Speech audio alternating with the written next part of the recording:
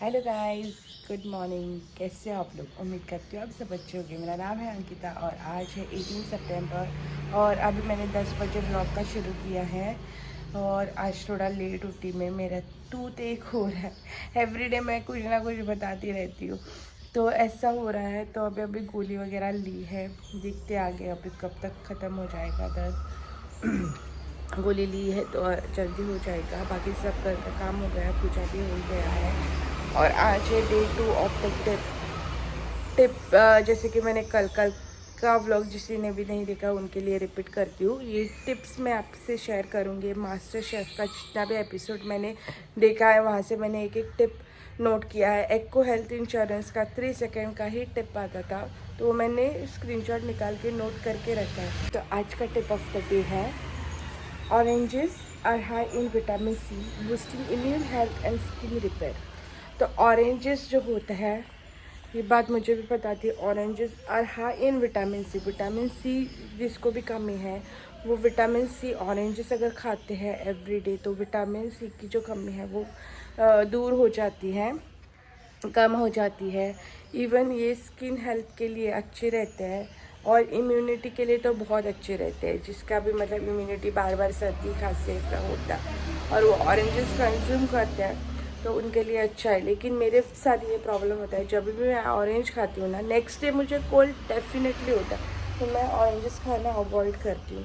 तो जिसका भी इम्यूनिटी वीक है, विटामिन सी की कमी है और स्किन अपना अच्छा करना चाहता है, वो ऑरेंजेस खाओ।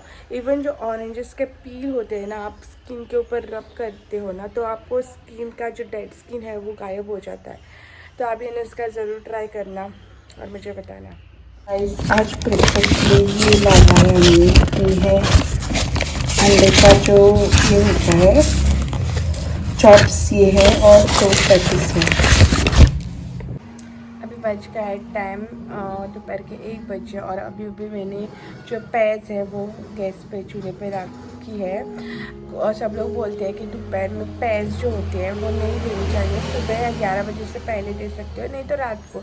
लेकिन उसको अभी कोल्ड है और फीवर भी था ना, तो वो कुछ भी खाती नहीं है और डॉक्टर ने बोला था कि उसको टेस्ट बर्ड्स के लिए ना एक हफ्ता तो लगेगा। 1 हफ्ता हो गया है लेकिन फिर भी उसका नहीं हुआ है रिकवर, वो नहीं खा रही है। इसलिए एटलीस्ट कुछ तो पेट में चाहिए, इसलिए मैंने वो पैज़ी बनाया। मेरे लिए मैंने कुछ नहीं बनाया, सुबह ब्रेकफास्ट के लिए भी कुछ नहीं बनाया था। पैटिस और चॉप्स लाया था, वो भी नहीं खाया है मैंने, तो वही दोपहर में खाऊंगी और रात को डिनर करूँगी। और ये है, ये पैटिस खा रही है ना, खा नहीं रही है, बिगाड़ रही है, तो वो दिखाओ करके। तो गाइस अभी मैं आपसे एक रेसिपी शेयर कर रही हूँ।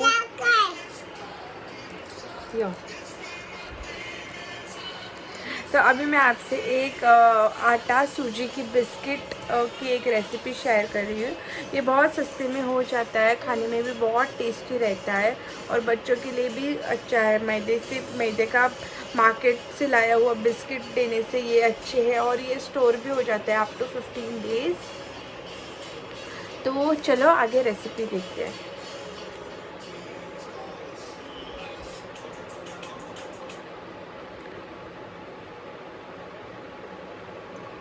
ये साबू है, हाँ ये साबू है। गाइस आपको अगर पता नहीं है, इसको शाबू बोलते हैं जो इसने नया नया सीखा है। हाँ कपड़े धोपा का है, बाथरूम में धोने का है कपड़ा।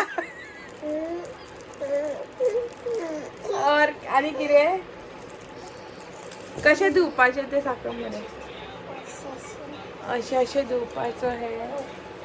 तो यहाँ पे मैंने एक बड़ी कटोरी भर आटा लिया है। यहाँ पे मैंने छोटी कटोरी भर डाला है इसमें सूजी।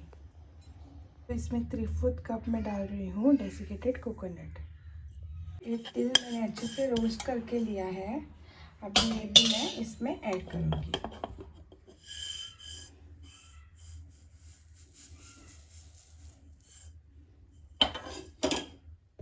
अभी मैं इसमें ऐड कर रही हूँ 1 टेबलस्पून घी। घी हमें ज़्यादा नहीं ऐड करना है, नहीं तो जो आटा लगाया है जिसके बिस्किट हम बनाएंगे वो टूट जाएगा। इसमें हमें ऐड करना है ऑलमोस्ट 3/4 कप पाउडर शुगर। थोड़ा यहाँ पे हमें ऐड करना है इलायची का पाउडर। तो यहाँ पे मैंने दूध लिया है, ठंडा दूध लिया है, तो थोड़ा थोड़ा दूध ऐड करके हमें सख्त आटा गूंद लेना है। तो यहाँ पे 1 कटोरी भर मैंने दूध लिया है, ठंडा दूध लिया है, तो थोड़ा थोड़ा दूध ऐड करके हमें एक सख्त आटा गूंद लेना है। एक इंग्रेडिएंट जो मैं भूल गई थी डालने के लिए, जो यूजुअली इसमें नहीं जाता है, लेकिन मुझे लगता है नमक कोई भी चीज़ में नहीं होता है तो वो टेस्टी नहीं लगता है, तो मैं यहाँ पे ऐड कर रही हूँ नमक। तो अभी मेरा आटा जो है वो भून के रेडी हो गया है। अभी हमें इसकी जो है इसको ना एटलीस्ट 1 घंटे के लिए कवर करके रखना है। तो आटे को अभी 1 घंटा हो गया है, तो अभी हमें इसको देनी है शेप। तो अभी मैंने ये लिया है ताकि शेप में अच्छे से दे सकूं। रोल करना है।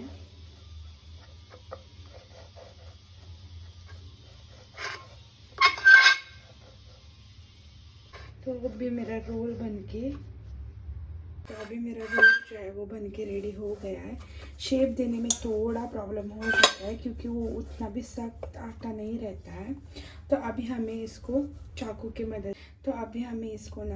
मदद से जो चाहिए वो शेप में हमें कट करके लेना है। और मेक श्योर करो कि चाकू जो है आपका अच्छा धार वाला हो। मेरा थोड़ा नहीं है, ओल्ड चाकू है, लेना है मुझे। तो ऐसे मैंने इस शेप में जो है कट किया है। तो आपको जो शेप पसंद है वो शेप में आप कट कर सकते हो।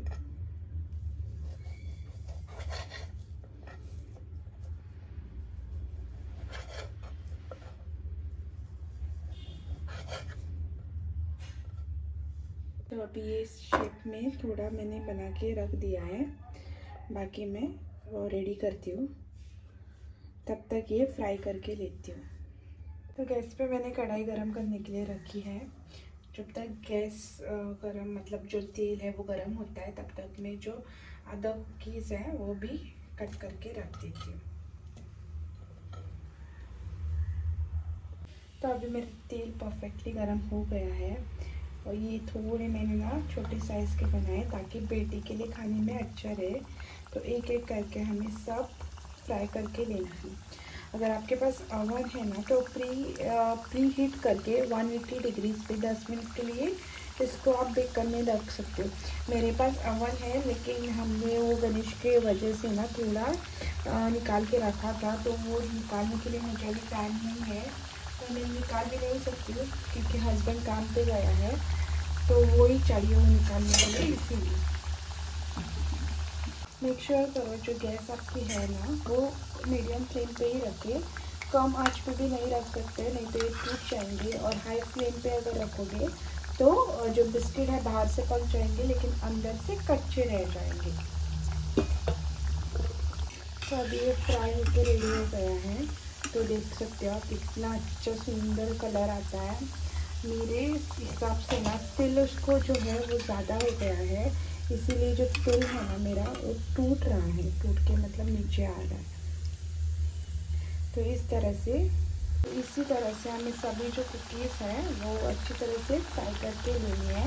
मेरे ना ऑलमोस्ट मोर देन 50 कुकीज़, एक ही कटोरी के मोर देन 50 कुकीज़ हो गए हैं। तो बाहर से कुकी लाने से अच्छा है कि आप घर पे ही बना के, और इतना टेस्टी लगता है। तो गाइस मेरा सब जो बिस्किट है वो फ्राई करके रेडी हो गया है। ऑलरेडी मैंने 5 या 6 ऑलमोस्ट खा दिया है। अराउंड 50 बने थे और इतना क्रिस्पी बना है ना गाइस, बहुत क्रिस्पी बना है और टेस्टी भी बहुत बना है। आप ज़रूर ये रेसिपी ट्राई करके देखना।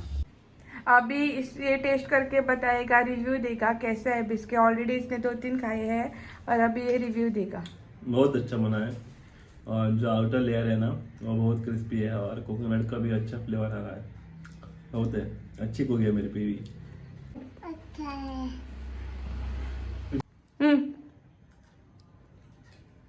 अच्छा है। किरे अच्छा है सांग मरे किरे ते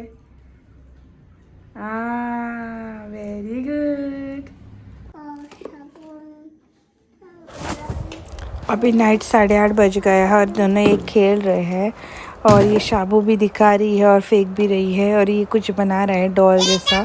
तो देखते हैं आगे क्या बनता है। Twinkle. Titty ball.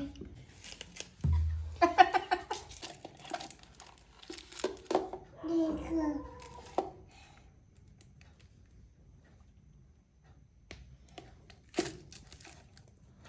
₹10 हो गया। Ice cream with 2 flavours. पापा दी पैसा दी दादा खुश है। दादा पैसा दी। हाँ ये पैसा आती ये अभी ये दे दो तुम्हारी आइसक्रीम। पैसा आइसक्रीम खा ये माओ काम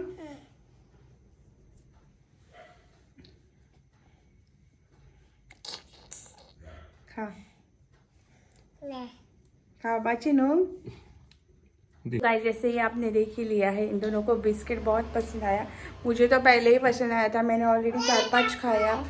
और देखो इसमें ये मतलब कम सामान में भी बनती है। ये बोल रहे हैं उसका जो बिस्किट है वो खा रही है, वो दिखाओ करके। तो ये कम सामान में भी बनता है, कम सस्ते में भी बन जाता है, सिर्फ तेल का इस्तेमाल होता है। लेकिन अगर ओवन में, जैसे कि मैंने बोला, ओवन में आप अगर बनाते हो तो तेल का भी रिक्वायरमेंट नहीं होता है, सिर्फ ब्रशिंग करने के लिए आप तेल यूज़ कर सकते हो। और कोई भी चीज़ हम लोग जिसमें मोहन लगाते हैं, मतलब घी गरम करके डालते हैं ना, तो वो जो चीज़ होती है ना, तेल कम ऑब्जॉर्ब करती है। तो आप ये रेसिपी ज़रूर ट्राई करके देखना और मुझे कमेंट में बताना आपको कैसी लगी। और वीडियो पसंद आया है तो लाइक शेयर सब्सक्राइब करना। Thank you for watching, bye.